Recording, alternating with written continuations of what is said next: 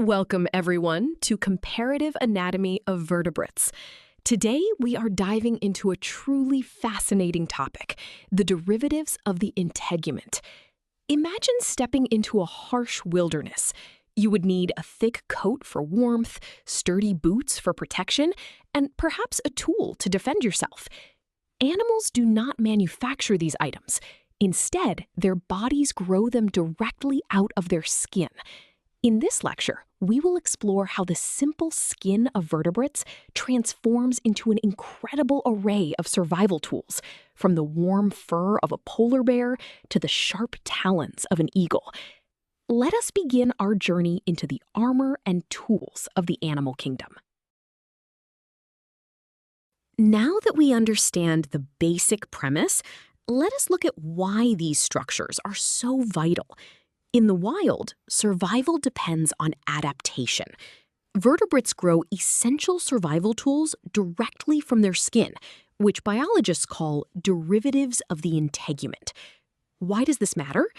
Without these built-in tools, animals would be completely defenseless against predators, vulnerable to physical injuries, and unable to withstand extreme environmental temperatures. By evolving specialized structures like thick fur, sharp claws, tough scales, and sturdy hooves, vertebrates have been able to conquer almost every habitat on Earth, from the deepest oceans to the freezing Arctic and the open skies. To understand how these tools form, we must first examine the canvas they grow from. In comparative anatomy, the integument simply refers to the skin. This skin is not just a single sheet. It is composed of two primary, distinct layers. On the outside, we have the epidermis, and beneath it lies the deeper connective tissue, known as the dermis. Every single integumentary derivative we will study originates and grows from one or both of these layers.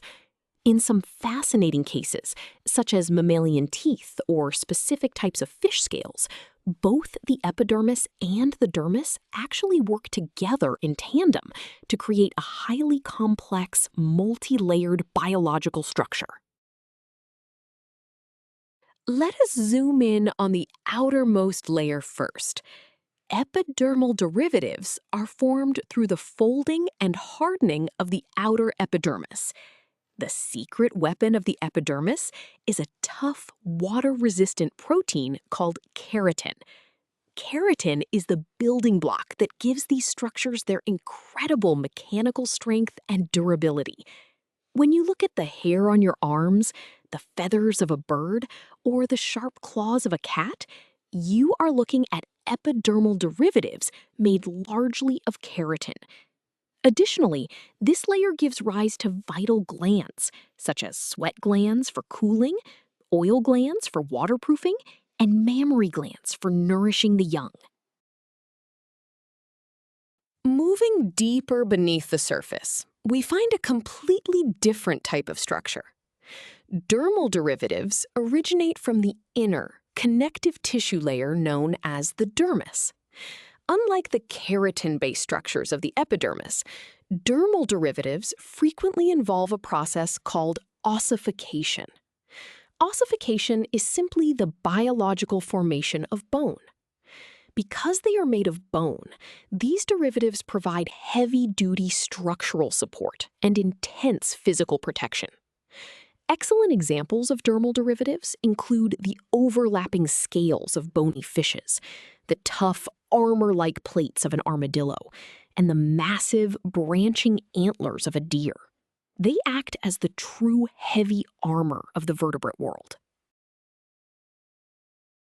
Before we move on to the physics of these structures, let us see this anatomy visually. Here we have a cross-section of vertebrate skin. Notice the two distinct layers we just discussed, the thinner epidermis on top and the thicker dermis below. Look at the hair and the feather extending outward.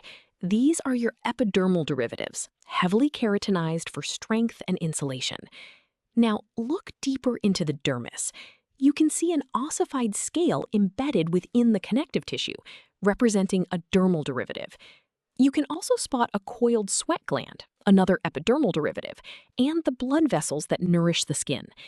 This diagram perfectly illustrates how a simple two-layered organ gives rise to such diverse biological tools.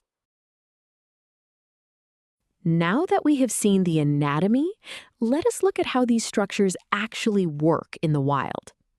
Integumentary derivatives like claws, teeth, and horns are formidable weapons. But their power does not just come from brute muscle strength, it comes from biomechanics. When an eagle strikes, the effectiveness of its claw depends entirely on concentrating force into a very specific, tiny area. The sharper the claw, the smaller the surface area at its tip. By minimizing this area, the animal concentrates the force, allowing it to pierce tough hides or grip hard surfaces with surprisingly minimal muscular effort. It is a perfect example of biology utilizing physics. This concept of concentrating force leads us directly to a fundamental principle of physics. The mechanical advantage of a sharp claw is defined by the equation for pressure. P equals F divided by A. Let us break down these symbols. P represents the pressure exerted by the claw, measured in pascals. F stands for the applied force generated by the animal's muscles, measured in newtons. Finally, A represents the cross-sectional surface area of the claw's tip, measured in square meters. This formula tells us that pressure is directly proportional to force, but inversely proportional to area. If the evolutionary design makes the claw sharper, the area A decreases. When A decreases, the resulting pressure P increases dramatically, even if the animal does not use any extra muscular force. Before we move on, let us see this formula in action with a concrete example. Imagine a golden eagle swooping down on its prey. We are given that the eagle's leg muscles exert a downward force of 200 newtons. We also know that talon is incredibly sharp, with a tiny surface area of 0.00005 square meters. We want to find the total pressure exerted on the prey. We choose our pressure formula because it relates force and area. We substitute 200 for F and 0.00005 for A. Dividing these gives us our final answer, 4 million pascals, or 4 megapascals. This immense pressure is roughly equivalent to the crushing weight at the bottom of a deep ocean trench, proving how a tiny surface area turns a moderate force into a deadly weapon. We have seen how integumentary derivatives act as weapons, but they are equally important for survival in extreme climates. Another crucial function of epidermal derivatives, specifically hair in mammals and feathers in birds, is thermoregulation. These structures are designed to trap a layer of stagnant air right next to the animal's skin. Because stagnant air is a poor conductor of heat, it acts as a highly effective thermal insulator.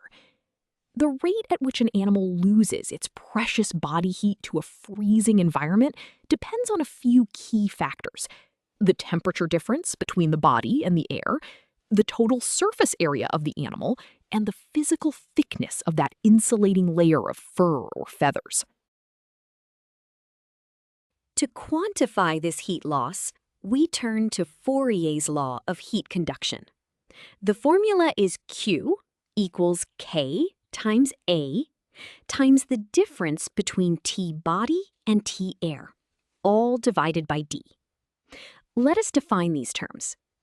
Q is the rate of heat loss, measured in watts. The symbol K is the thermal conductivity. A lower K means better insulation. A is the animal's surface area. T body and T air are the internal and external temperatures. Finally, D is the thickness of the fur or feather layer.